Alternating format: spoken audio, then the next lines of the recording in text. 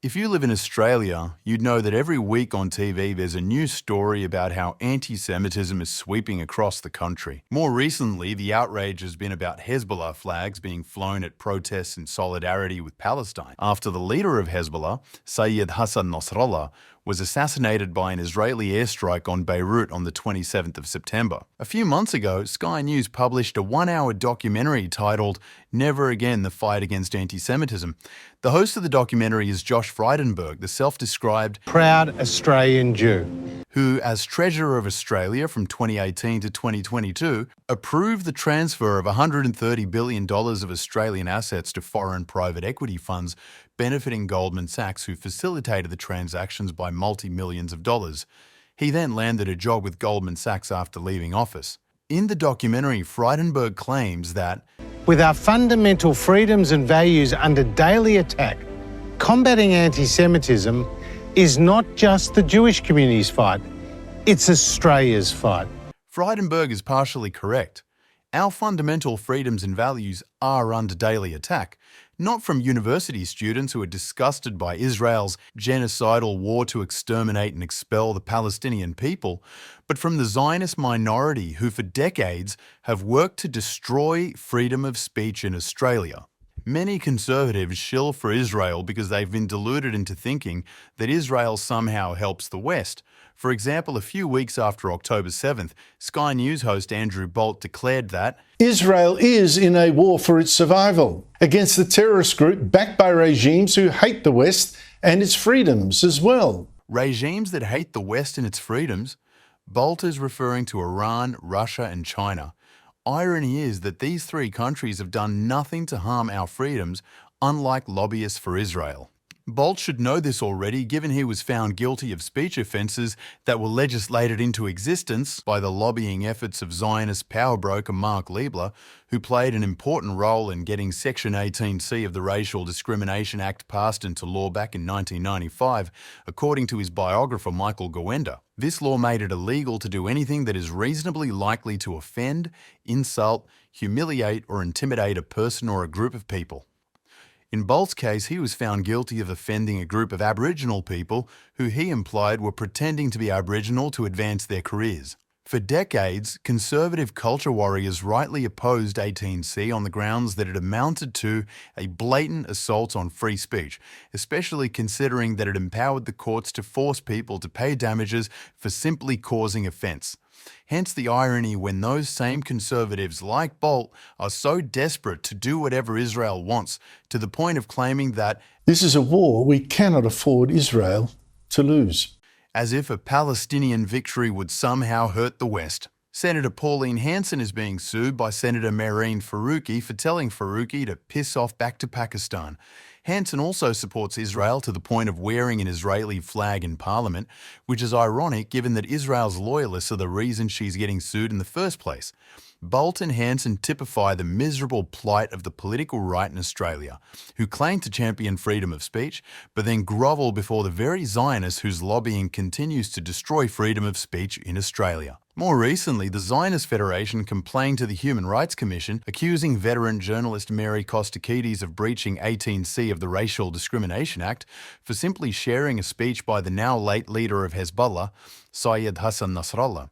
In that speech, Nasrallah said, "From the river to the sea, the land of Palestine is for the Palestinian people and the Palestinian people only." Mary shared the speech with the comment, "The Israeli government getting some of its own medicine. Israel has started something it can't finish with this genocide." In response, the Zionists claimed that by sharing this speech, Kostakidis was repeating calls to ethnically cleanse Jews, whereas Kostakidis claimed she was simply sharing news and opinions. Once again, the problem is with 18C, which threatens to penalise people for simply causing offence, but Zionists claim to be offended by everything. Here's Jeremy Liebler from the Zionist Federation of Australia getting offended at being asked a simple question. What is, in your opinion, the root cause of this conflict? You know, I have to be honest with you. I find the question offensive. Back in May, Australia's Attorney General Mark Dreyfus, a self-described member of the Australian Jewish community, was planning on introducing a hate speech bill that would make it a criminal offence to vilify persons based on their race, sexuality, gender, disability or religion. The government has since weakened the bill so that its focus is now on threats of violence rather than hate speech, but there's no doubt from all the reporting that the major proponents of the original bill were Zionists. For example, Zionist Peter Wertheim of the Executive Council of Australian Jewry had earlier expressed his disappointment that no one has been prosecuted for anti-Jewish hate speech on our campuses and streets and online. He also appeared before parliamentary inquiries, including the inquiry into social media and online safety, to call for the E-Safety Commissioner's powers and resources to be expanded so that regulatory action can be taken against online hate speech. Back in May, Communications Minister Michelle Rowland couldn't even rule out the possibility of people facing jail time if convicted under these proposed new laws, and the coalition led by Peter Dutton even offered their support to get this bill passed. More recently, Dutton came out in opposition to another bill proposed by Labor, namely the Misinformation and Disinformation Bill, on the grounds that the bill threatened free speech. But back in May, he was in favour of stronger laws against hate speech, which is completely incompatible with the very concept of free speech. Dutton and the coalition more broadly have a history of championing principles of free speech when the targets of that speech are Aboriginal people. But when the demands for censorship come from Zionists, the coalition abandons those principles completely. Zionists successfully pushed for banning public displays of the Nazi swastika and the Roman salute. Despite what you think about these symbols, it still amounts to an attack on free speech, especially when you can be jailed for 12 months and fined $11,000 for raising your arm at a 45-degree angle. Another Zionist, Andrea Bola, who serves as the CEO of the Online Hate Prevention Institute and as an agenda contributor at the World Economic Forum, wants to take these laws even further by demanding that any symbol that glorifies Nazism should be made illegal. Appearing before a Senate committee, Ebola mentioned the Monster energy drink logo as an example of a symbol that could be banned if it's used to promote Nazism. Not even our medical professionals are immune from Zionist political repression. In January, the Australian Health Practitioner Regulation Agency reported that it had received 59 complaints about 39 practitioners. In 2019, the AHPRA introduced guidelines for doctors when using social media, according to which posting political content that includes condemnation of citizens of a country is likely to warrant investigation. Does this mean that condemning Israeli leaders for committing genocide warrants an investigation? Probably yes, given how vague those guidelines are, which means doctors are more likely to self-censor to protect their careers because the threat of deregistration hangs over their heads. Threatening doctors for their opinions is not only an assault on free speech, but also an attack on our medical system, especially if doctors that could have saved lives are deregistered for offending a foreign government. It was reported that at least 2 Instagram accounts were doxing medical practitioners for posting anti-Semitic content. Zionists have destroyed academic freedom at our universities. In early 2019, Sydney University lecturer Tim Anderson was sacked for posting an image comparing the death tolls of the 2014 Israel war on Gaza after what his colleague Evan Jones described as a concerted campaign by the Israel lobby to have him sacked. The image contained a much smaller Israeli flag that had been partially peeled back to reveal a Nazi swastika. University management justified sacking Anderson on the grounds that the image was offensive. Anderson responded by pointing out that academics have a right to express unpopular or controversial views as per the Enterprise Agreement. The latest decision from the courts upheld the sacking, which renders every right to academic freedom written in every agreement between academics and universities completely meaningless. Not content with destroying academic freedom at our universities, Zionist influence is now purging students from their universities.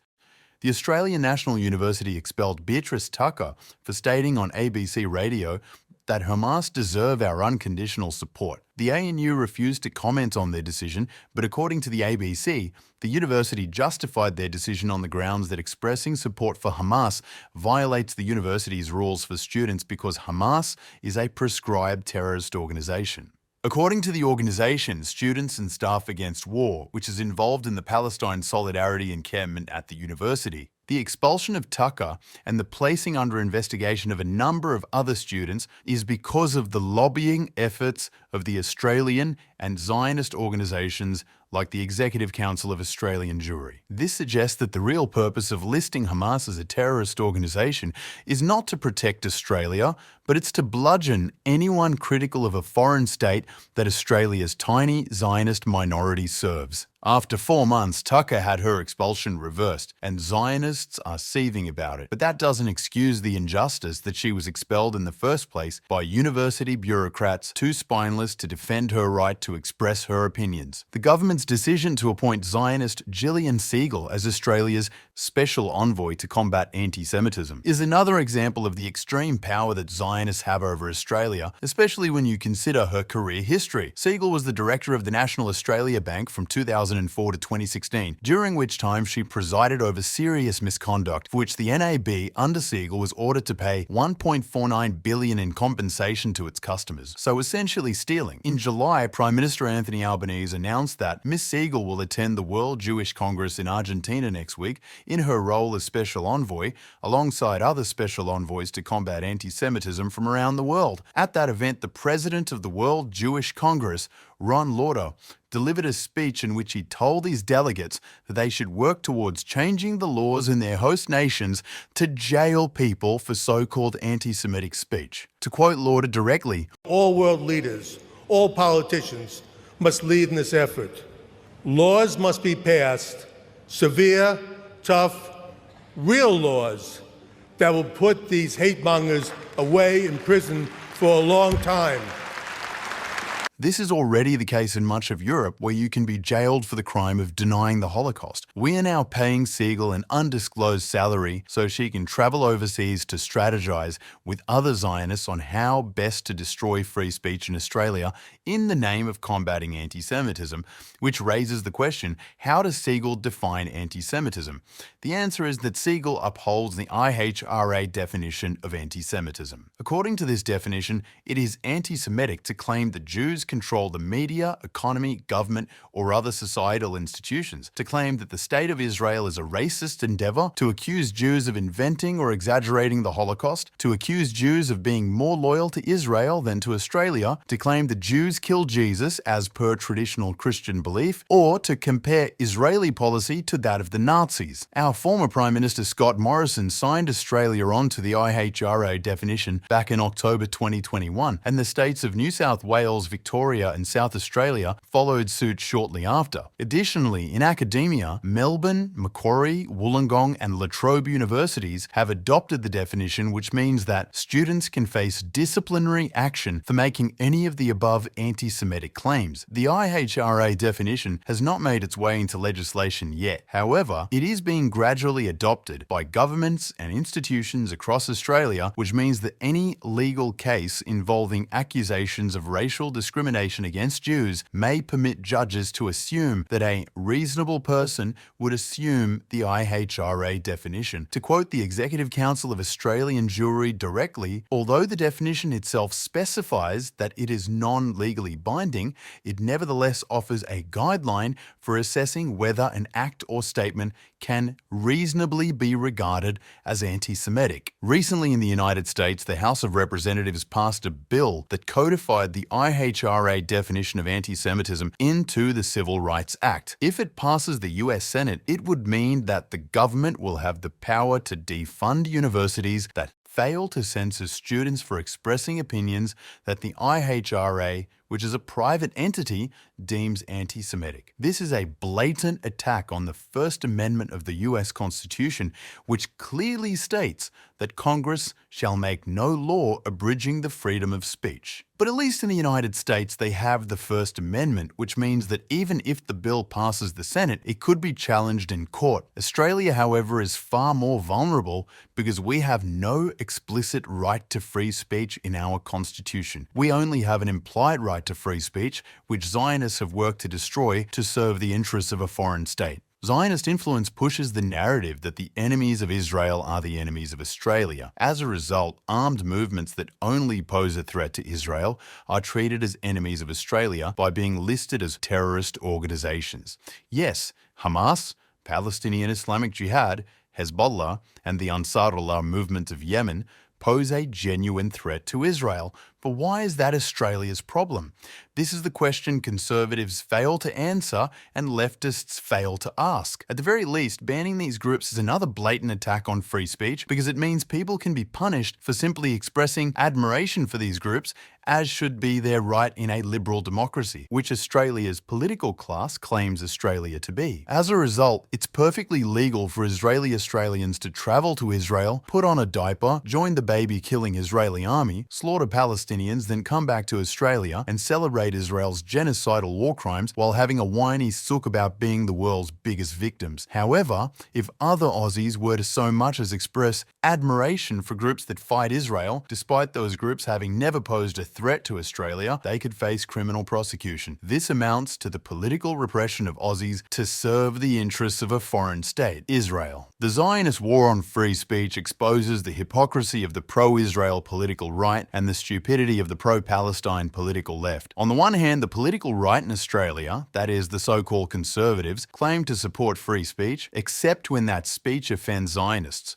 To give you an example of this, back in July, Pauline Hanson tried to launch a Senate inquiry into enshrining the right to free speech in the Australian Constitution. Good on you, Pauline, but it got voted down, shamefully, by Labor, the Greens, and other crossbenchers. But Pauline Hanson's hypocrisy on free speech was exposed when she came out demanding that people be charged for simply waving the flag of Hezbollah. Please explain, Pauline. I thought you were in favour of free speech. These conservatives rightly mock leftists who want to turn university campuses into safe spaces, but then insist on turning those campuses into safe spaces for Zionists. They claim to oppose the politics of victimhood, but then uphold the whiniest victimhood narrative in the world today. They mock the left for accusing their enemies of being Nazis, but then level that same accusation at the enemies of Israel. In every Zionist campaign to restrict free speech or sack employees and students, conservatives are called upon to act as foot soldiers for Israel at the expense of the rights of their fellow Australians. On the other hand, the political left in Australia claim they're against the Zionist lobby, but the majority of the left, with a few honourable exceptions, support Mark Liebler's 18C of the Racial Discrimination Act under the guise of combating racism. As a result, many leftists end up reinforcing the very laws against free speech that keep Australia subservient to Zionist power. Breaking the Zionist stranglehold over Australia begins with demanding a constitutionally enshrined right to free speech and the scrapping of every law that contradicts that right. This would allow academics and students at universities, medical professionals, public sector workers, activists, community leaders, and religious people the right to speak freely without the proverbial sword of Zionist political repression hanging over their heads. Sure, you're going to hear some opinions that offend you, but that's the price you pay for living in a free society. So free speech and free Palestine.